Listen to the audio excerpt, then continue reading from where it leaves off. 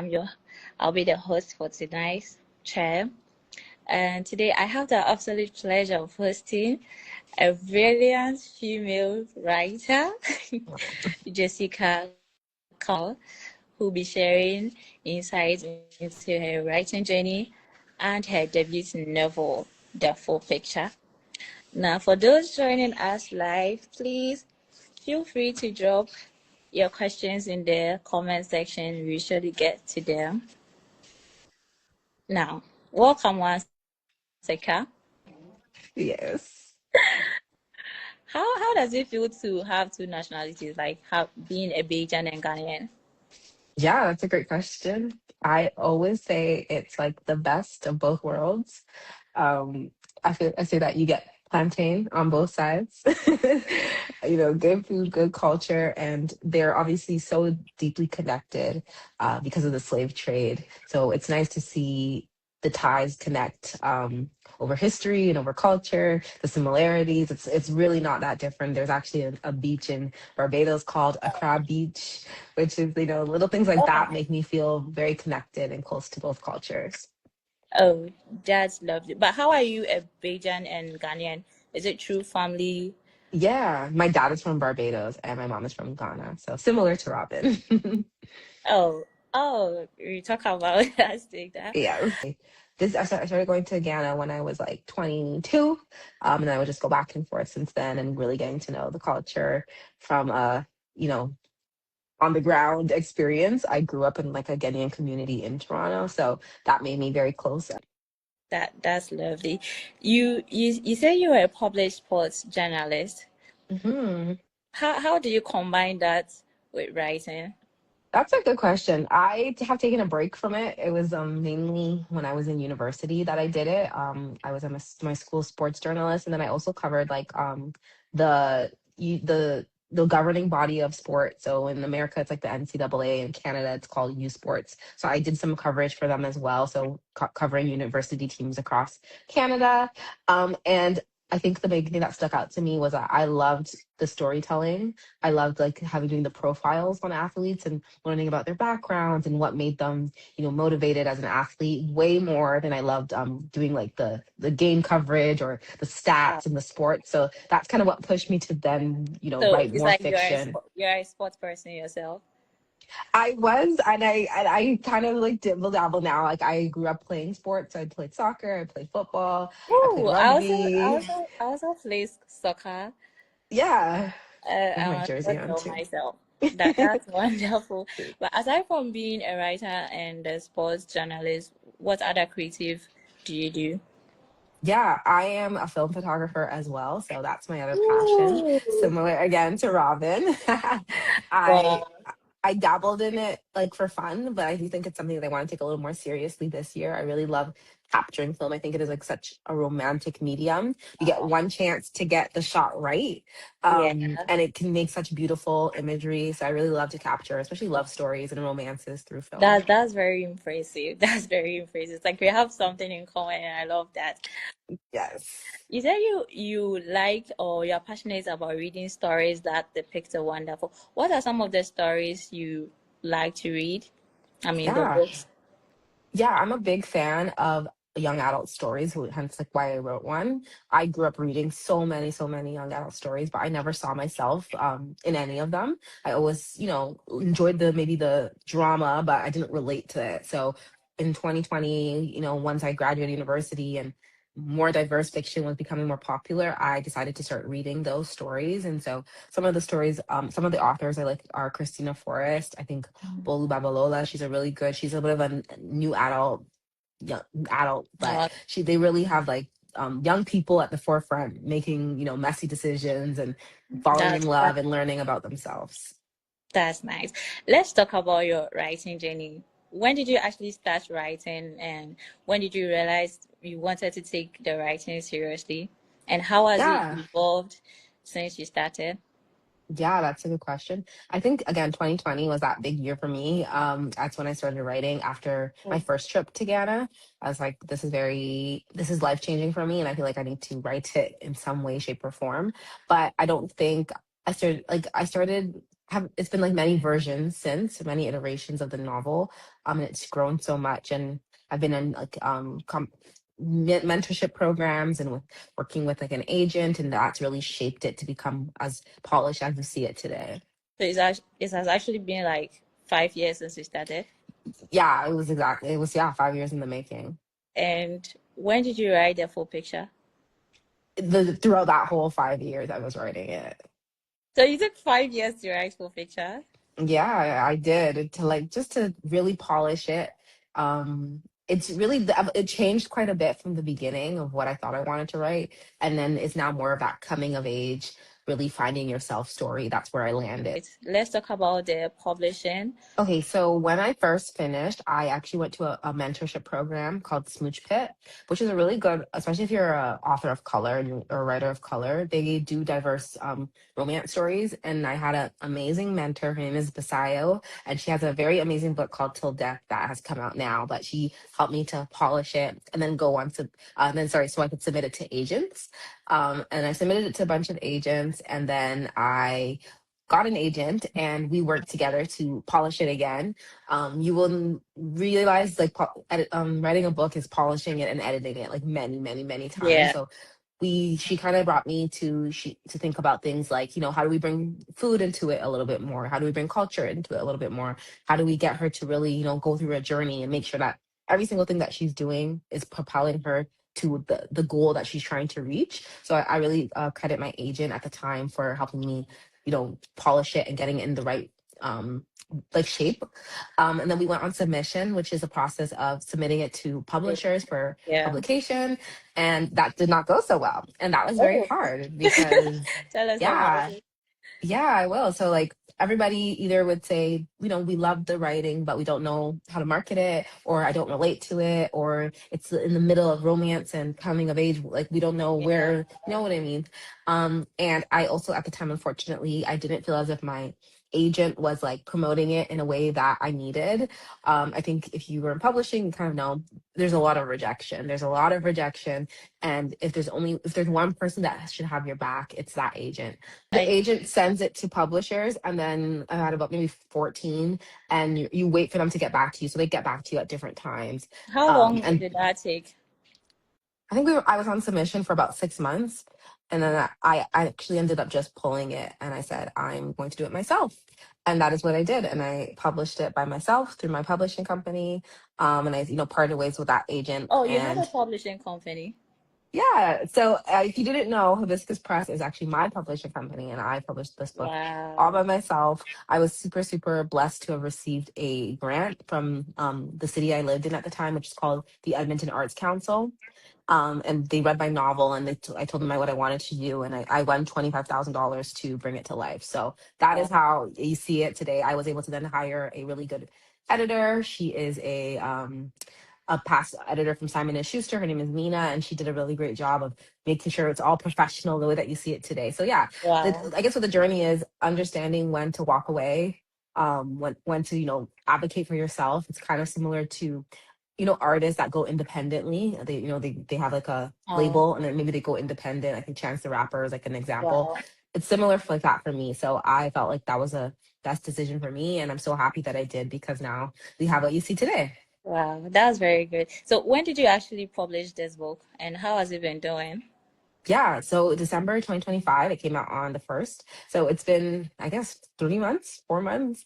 I don't even know. But Wow. it's been really great. I've had such a great Yeah. response and so many amazing conversations. I've had 4 events in 4 different cities, and the fourth one's coming up in Toronto, and just getting to meet with readers and hear their feedback, and what Robbie made them feel, whether it's frustration or Yeah. they related to her. It's been so, so, so amazing to see the conversation and get people to think about what it is to be a young woman or a young person trying to figure out what you want to do with your life. Wow. Well, I was actually coming to ask for the inspiration. Yeah. I will say Was it? honestly, my experience in Ghana, and I think that's where it started. Where I actually went to Ghana, I was there during the year of return, so you can imagine it was like crazy, lots of uh, people there, and you go out, you meet people, you have experiences, and I kind of wanted to like bottle it up and like bring it back to my friends, and I was So like, I want so you guys to you experience this. So you came to Ghana for the first time and you got inspired to write about your experience Yes, and because I was like, you actually thought of publishing it. I mean, yeah, like it takes some kind of boldness, some kind of confidence. that's true. I mean, I don't know. Like I just feel like Yeah, I sometimes you see something and you're like, oh, I think I can do it. And then you learn there's a lot of things in between that I think I can do it and actually doing yeah, it. But I went through the journey, I went up and down. You know, my first draft was so terrible. Like, I wish no one, I feel bad for the people who read it for me because it was just so bad. But it helped me, right, to get to this point of learning and where I need to work on and where the areas that I could grow as a writer. So I think that, again, I felt like bottling up that experience and being able to share it with other people, and then it just evolved more and more and more, and then I really honed in on, okay, what is the story that I'm trying to tell? What is it that I would have wanted to hear when I was 18 or 16? And again, that's that point of life where you're, picking your career path.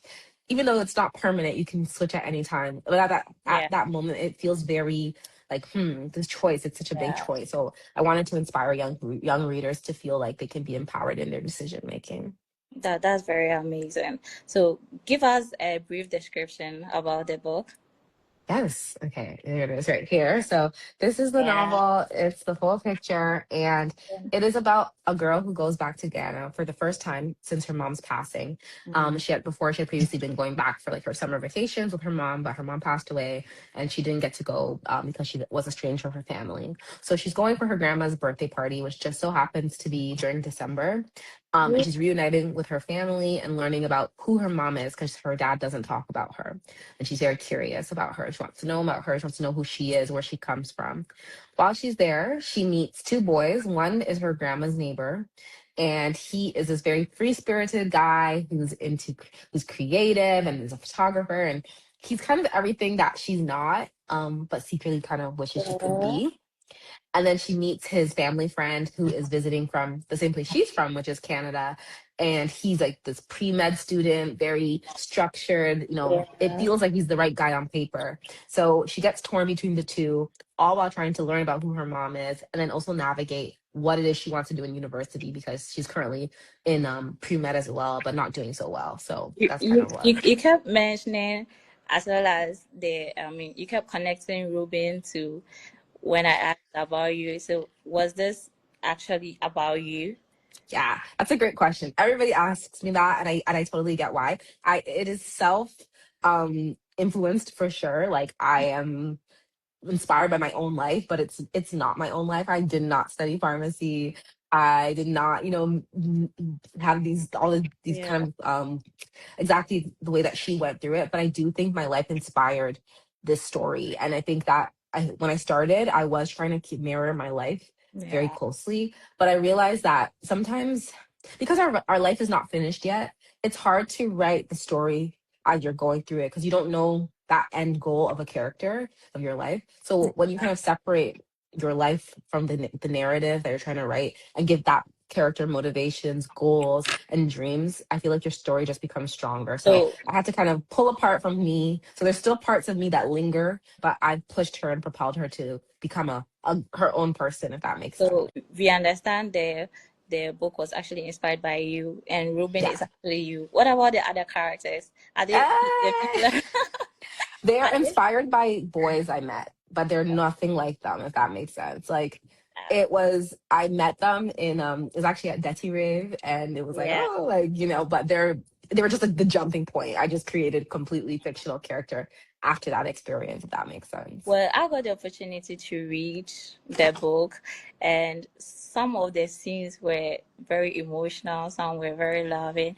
How was it for you to write the emotional parts? For instance, Ruben hearing about her mother Mm, stories and how it almost shattered her dream and all that. How was it for you to yes. write? Was it also inspired by your experience? No, no, that's honestly one of the scenes that I remember reading it back after I wrote it, and I was like, wow, like this feels like real because it was just completely like I just kind of like locked in, and I was just create like the creative. creativity was flowing. That's like those completely fictional experiences, but I do remember feeling the emotion like after, like when reading it back. And I think again, it really just came from me building this character and making her her own person, and then the story and the narrative followed after. So it to write it, it wasn't really emotional for me, but reading it back, I think maybe all the things that maybe in my subconscious I was thinking about coming So through would good. probably what I say. But what message did you actually want the readers to get? Because Yeah, I think there's some impact you wanted to make in the lives of youth, I mean young girls. yes, definitely live your life for yourself. At the end of the day, you know, your parents, they want the best for you. I think they want you to have a safe and successful life, but that doesn't mean it's the best life for you. And it's just about figuring out what it is. And if you mess it up, that's okay. It is your life to mess up, and it's your life to, you know, decide what it is, and really just trying to understand yourself. I think that's the key thing. That's how you kind of figure out, you know, romance later in life and friendships later in life. When you understand who you are, you have principles, you have values, and then you can kind of move through the world. Yeah, that's very true. Now let's talk about the love triangle. I mean, in the end, Ruben ended up choosing Osei. Was Yes. it because Osei was in the same um creative with her? And Yes. what did you actually want to do? Did you want to advise the young that if they are to choose a partner, they should actually consider who has the best interests and who Yeah. supports? Yes, I think it's interesting because I wrote Calvin in such a way. I was talking about to say, but for Calvin, I wrote him in such a way that he's not a bad guy. Like he's not a very Yeah, he wasn't, evil. You know but what I I actually mean? didn't Like, like him. you didn't like him? Oh, that's so funny because I've heard people who really liked him and they were like, why would she choose? You know what I mean? But I do think that people speak to everybody. Sorry. People speak to other people in different ways. Like you have your own set of experiences that makes you like someone, and I have my experiences that make me like someone. So I think the key thing is understanding what it is that speaks to you about somebody else. And I think for Robin, she's like, I'll say speak to her because he saw her in ways that no one else did. He saw like the deepest side of her that she was trying so hard to cover up. He still saw through Yeah. that. So I think that's what connects her. Will they still be together in 10 years? I don't know. They're kind of young, they're across the world. But I think at that moment of time, that's what made sense for her. And that's what she felt good doing. I mean, I understand the novel was inspired by your personal experience, but I also like the fact that it's explored family love, culture differences. I mean, Yeah. I saw you talking much about music and cooking. Is it something you love to do, or is because when you came to Ghana, um, it actually came up? No, I think music, culture, and food was my touch point to Ghana before I ever stepped in the country, right? So I literally can remember listening to like a Zonto Fiesta in high Yeah, school, all the way in Canada, right? So yeah, like second year, like I'm listening to these things even before I've ever stepped foot in the country. So those are my like pieces that really drew me, it kept me connected to my culture and made me proud of my culture. Growing up, I always ate jollof. I'm always eating plantain and beans or peanut butter soup, whatever it is, right? So these are yeah. the things that they were important to me. So that's how I make people feel the culture in the ways that I best understand it, if that makes sense. Well, this is from me. I actually love how you wrote it, the words that you use. Is it? I mean, I kept looking through my dictionary to actually understand some of the words, and I don't know if it Yes. was a coincidence, but you kept using words that describe brown. I don't know Yes. if brown is your Yes. favorite color or That's a something. good, you know, that's such a good question because I remember when I was critiquing and like writing and, you know, in writing spaces, people were always, they say, challenging writers to use other descriptors for brown that are not Yeah, food. So I yeah, was like, okay, like how can I do this and bring brown that's not food? So that is that. I think that's how I did why yeah, I did that. I have my, you know, my what is it? My syllabus, what is it called? The word, the thesaurus, sorry. I had the thesaurus open. I'm always looking for like other words that are similar and trying to really push myself and push my writing to go past my own, like, you know, and push myself yeah. to be a better writer. So I think that that's why I was like, I think that A lot So of is it Black that it, people, it was intentional? With some of the words you yeah. used, was it intentional? For sure, for sure. Like just to push myself as a Yeah. writer, I think that made me a stronger writer when I'm learning new words. Like when I was reading, if I'm reading books, I know some authors don't read while writing, but I like to read while writing because I always discover new words and I write it down and I look it up. I'm like, oh, is there a way I can use this word? I can bring out an emotion or I can bring out a feeling in a character. So yeah, I'm always trying to push myself as a writer, but it's hard because it's your go-to. You want to Right. use a word that Passion you is like know, that. you want to use words that you know and familiar, but I do Yeah. think it takes your writing to that next level when you open that thesaurus, open that dictionary, and see where you can push yourself and but to make it still sound like you. Like there was times where my editor would be like, "This doesn't Does that sound." sound like you? You know what I Yeah, mean? I It doesn't get sound that. like you. Yeah. It's too flowery. She would say Yeah. like, "Take this out." But I have a little bit more of a simplistic style of writing. So she was like, help me to make sure it still sounded like me, but it didn't sound like I was trying to be somebody else. I was going to ask you a question about publishing, but you mentioned your book was published by yourself, even though you went through Yes. agents. But Yeah. we have this traditional way where people just send their works to Hmm. a company, then they do their proofreading, the editing, sometimes they even reject it. Do you think because of that, more authors are drawn to self-publishing, or Yeah. they still like to go through the traditional way? What do you think in your perspective? I think at the end of the day, people will always, traditional will always be, that like, because Yeah, obviously you get money, you get somebody to do it for the work, a lot of the work for you. But I think in the journey for me, and the more I became familiar with other writers and my friends were signing deals and whatever, you do realize there's a sense of autonomy that you give up yeah, to publish your book. So maybe you're getting a big fat check of $100,000, for example, but you don't get to pick the book cover. You don't yeah, get to make that final decision. You don't get to pick how you're going to promote it, who it's going to go to for influencers, things like that, right? Because they have to answer to stakeholders and money at the end of the day, making money from it. So I do think there's a sense of like creative freedom that you get from self-publishing, and there's also a sense of like our market is a smaller market than mass market. My market was Black women, young Black yeah. women, from the diaspora, right? So that's always going to be smaller than like a big amount of people. So I was like, do I want this story so I can make money, or do I want a story because I want Yeah, people that's in actually what my they asked. to feel like they're connected to something? And I was like, I just want people to read it. I don't. And then I was actually my therapist who asked me that, and she was like, do you want to be published, or do you want like what is the reason? I was like, I just want young girls to read the story. So she was like, so what does it matter how it comes out, if it's traditionally or not traditional, right? Okay, so with this being your first time publishing, now that you have published and you have people have commented and all that, Yeah. how, do you think you want to write more? What are some of the lessons you have had? Yes, that's a good question.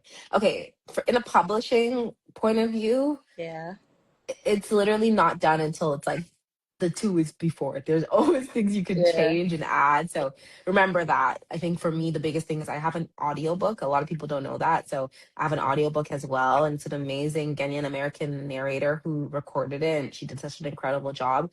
But I got her to record weeks before I was done, and there's changes. So there's like maybe a yeah. little bit of change between the audio version and the actual version that there's a little bit of a difference. Not like crazy, just like maybe some word choices, maybe it flows better.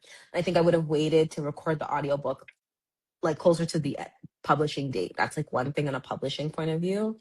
From a writing point of view, I definitely wish I would have like stretched Robin a little bit more for self interrogation. I think she does a lot of like self Yeah. interrogation, but I'd love to see her, talk to a therapist or, do some little bit more, somebody else calling her out on some of the. So does that mean you are planning to write?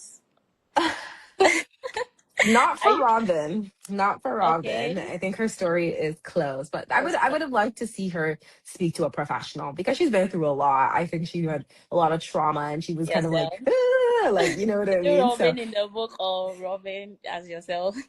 No, Robin in the book. Like Oh, me, I'm okay. Like I feel like she could.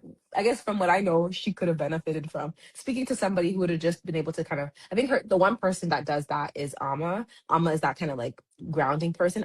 I just would have probably increased those scenes where Amma's like just bringing her back down. Like, yeah. girl, relax a little bit because she's a little bit, Yeah. frantic. But if you have you actually thought of writing another book after publishing this one? Yeah, like for sure. I have, but for me, I'm actually thinking about writing something set in Barbados. Oh, Next, yeah. I had some really cool ideas that people have given me. Somebody at my Calgary event said they would like to see like a prequel from about her parents and their story of when they met at university and what their love story was like. I was like, oh, that's kind of interesting. I So was actually expecting you to write like a part two of it where a part two, yeah. No, everybody asked now for a part sorry two. now I that get part two a she has lot. met or say Hmm. you see they ended up going to the same country Yes, for their London, postgrad. yeah. Yes, I was hoping you continue to write where they continue the love. I feel like a good romance is wrapped up in one book. I personally don't like trilogy romances, but I do like interconnected series. So maybe in the next book it's in the same world, but it's about Chelsea and I forget who Will, like her best friend's cousin. They're getting married, like they met each other. So maybe a Yeah, traditional wedding in Ghana. Like I think I like to do different characters in the same universe yeah, rather that, than the continuing Robin and Otha, because I feel like it's done. Like there's nothing more I really have to say about them. that's very nice. That's very nice. So, but when should you expect a new book? That's a good question. I'm working on some things. But I'm working on some short stories as well. So, which is fun. Short stories are like less commitment. You just be creative and then, walk away from it. Okay. So we'll see. But yeah, this is just very like lots is going on in my life at this season. And so and summertime and it's summertime out here. So, nobody wants to be inside writing. We want to be That, walking out and going out for the that's fresh air because it's been very okay. cold. But before we close the book chapter, can you read an excerpt you'd love to Oh, share? let's see. I Maybe would write can tell us the page so that so we can look for it. I don't know. I haven't read out loud in like a few months.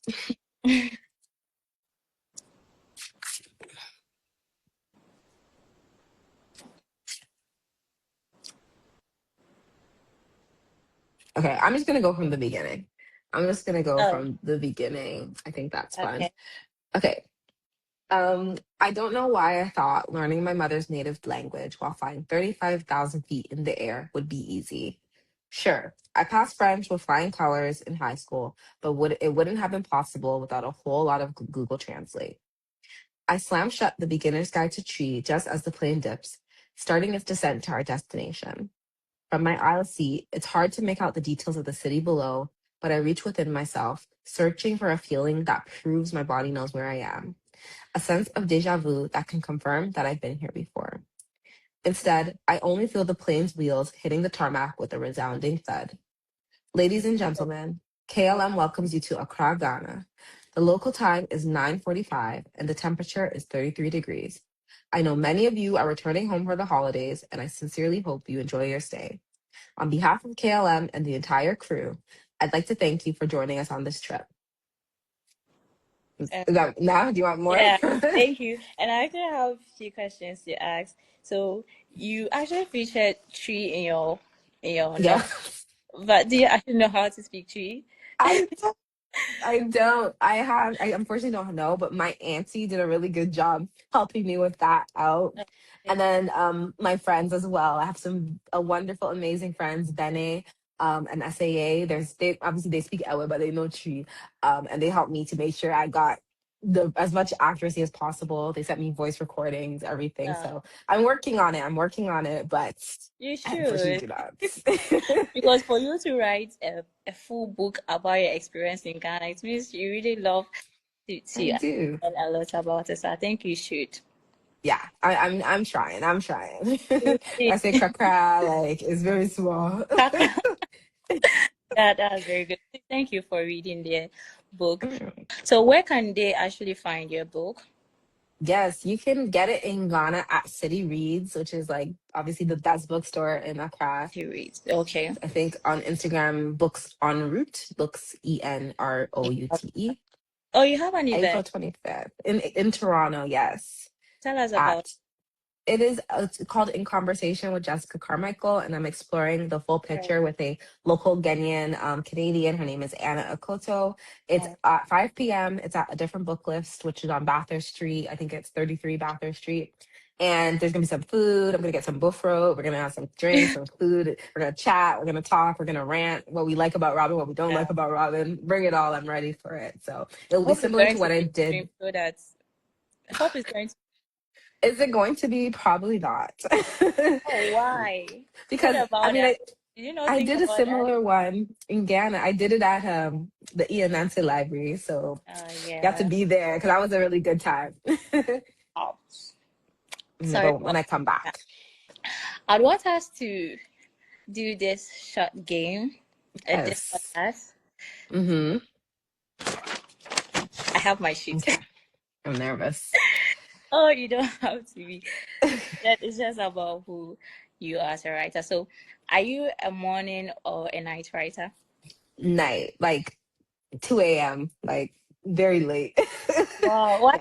Yeah, I don't know what it is. I think there's something about the end of the night. I feel more of like an adrenaline rush. I think the day I'm like, oh, I could do this, I could, Is it but after waking up or before you no, sleep? like before I sleep, yeah, like from 12 to 2, I Mm, like I'll just bang something out. That's kind of what I like to do. that's nice.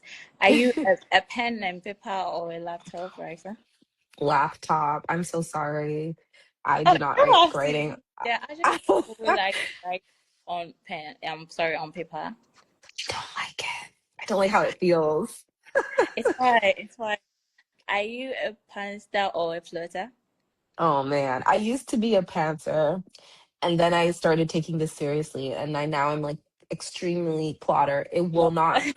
You need to plot. Your book needs to. You yeah, need to know where your book is going. It's gonna help in the long run because but you're gonna like be in circles if you do did you pantser. start? Okay, so for this novel, you were a pantser before. Yes, and it was bad. It was Oh, very bad. Yeah. that's fine. The next one is, are you a coffee, tea, or Oh. pure chaos? Or what? Oh, pure chaos. You just go raw. You're not taking anything. Yeah, I don't drink coffee or tea. But when you are writing, what do you normally take? Like water at the most. Sparkling water. Sparkling water. I like that. That's my favorite. Okay. Does deadline pressure motivate or terrifies you? Motivates. Absolutely motivates. When you have an hour to submit something, Yep. that's when you That's feel when I do my best work for sure. that it works out for me too. If you should give a song that matches your book's vibe, what would it be? It is Kwesi Arthur, Turn Off the Lights. I love that song. And it makes me feel like it's the scene at Bloom Bar or whatever it is. Yeah, Not Bloom Bar, Front Back. I feel like it's that scene. I love that book you love and the that this theater. I do like Kwesi Arthur, yes. And then another one is Beyonce, Find Your Way Back, because I feel like that's the journey that Robin is doing, finding her way back and trying to figure out who she is. That's good. Who is your favorite author? This is a really, really hard question. I don't know if I have a Yeah, favorite. I but you have have a people, group. yeah, like a couple of people that I enjoy. I think anything Tia Williams, I'll read anything Tia Williams. Sadika Johnson has also been, she's a historical fiction writer. I don't write historical fiction, but I have dreams of writing historical fiction. I recently read a nonfiction book about, I don't know if you've ever heard of it, about the scammer who changed the world from Ghana. Like it's like this really, really good Well, nonfiction book. And I'm like, I would love to read. I haven't. yes. And it talks a lot about Kwame Nkrumah's time and how he's and I was like, wow, I feel like we need more Ghanaian historical fiction. So I feel like that is maybe a 10 years goal for me, but Sadika Johnson has really inspired me to want to write historical fiction about Ghana. So I think Sadiqa Johnson, Tia Williams, and then who else? Christina Forrest is also another one that I really like. She does young adult and adult romance. That's lovely. What's your hobby? My hobby? Oh, I have lots of hobbies. I like, I recently did pottery, which was really cool. So learning how to make like pots and cups and things like that. I like that. And I like going on walks. I like hanging out with my friends, but I also like traveling. I like going around and trying new things. So, and then I also do a little bit of crochet and then a little bit of puzzles. So Wow. like in between the two. Have you thought of monetizing it or something? Which Or one? the crochet? Oh, I have to No. learn how to finish it properly first. Yeah. I always That- forget like how to finish it off well. What was your favorite thing about Ghana? My favorite thing about Ghana, not the traffic, not the traffic. It's Okay. not that. I think my favorite thing about Ghana is like when I first went, it was like an immediate "you're welcome," and I think that is like when they say that Mm, Aquaba, "you are welcome," like yeah. that is how it feels when I go there, and like it was the only place in the world that felt like that for me. And it didn't feel foreign, even though it was my first time being there. How Um, hospitable we are. Yes. And like, they tease me. They if I say water, they make fun of the way I say water, make Yeah, fun your of the way accent. I maybe my accent. But it feels very like family, you know what I mean? Yeah. Um and then how like I always meet new people in Ghana that like just on Wednesday I went to lunch in Toronto with somebody from Ghana, right?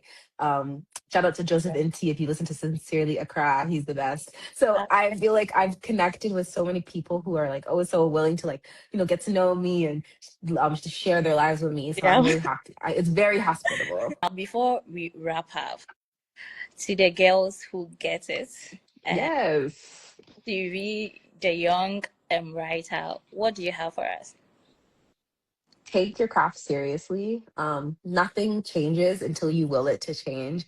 And I think a lot of people you hope and wish into like success. And I don't think that it works like that. A lot of times you see the end of people's journey, but you don't know everything that it took to get them there. But the number one thing I can say I've seen with myself and my other people, it's discipline. And discipline will get you everywhere, like luck and talent or whatever. It's really that discipline that drives success. So take it seriously. If that means you're blocking out an hour every day to write a chapter, do it and give yourself do that. No 75 hard and all those challenges. Like Yeah. give yourself that time to really lock in for your story, and you'll see like so much success and like good things come out of it because you were disciplined and took your craft seriously. People will only take you as seriously as you take yourself. Wow. Thank you very much. Yes, thank you very much for joining us and sharing so much with us. It has been so inspiring. We Oh, thank you. we hope to see or get to read your book again. Yes, Next time. please. Yes, you can do it. You can get it at City Reads, like I said earlier, or online, Spotify, audiobook. If Oh, you have a it's all Libby right. card, you can get it on Libby. Hoopla, if you have a Hoopla. So, yeah, All right. So, to my audience, please, thank you so much for joining. thank you. Thank you. And please don't forget to look out for the full picture and read, and let's support writers like Jessica Carmichael. I'm so happy because this is the first time I'm hosting a, Aw, a female writer, a published author. I'm so thank you. yeah. So thank You you. did amazing. Thank you. The questions were so great. Thank you. Thank you so much. Yeah, so we'd like to end here. Is there anything you'd like to say? No, thank you. The Ghanaian reading community has been so supportive. I love it. I've been in it for the last 6 years, and it's like the best thing ever. And it was my big, big goal to not disappoint y'all. And I feel like I've accomplished that. So thank you. And I love everyone so much. So yeah. Okay, so have a I don't know if it's a night there, but Yeah, it's afternoon, but you have a good evening as all right well. then. Enjoy the rest Bye. of your day. Bye.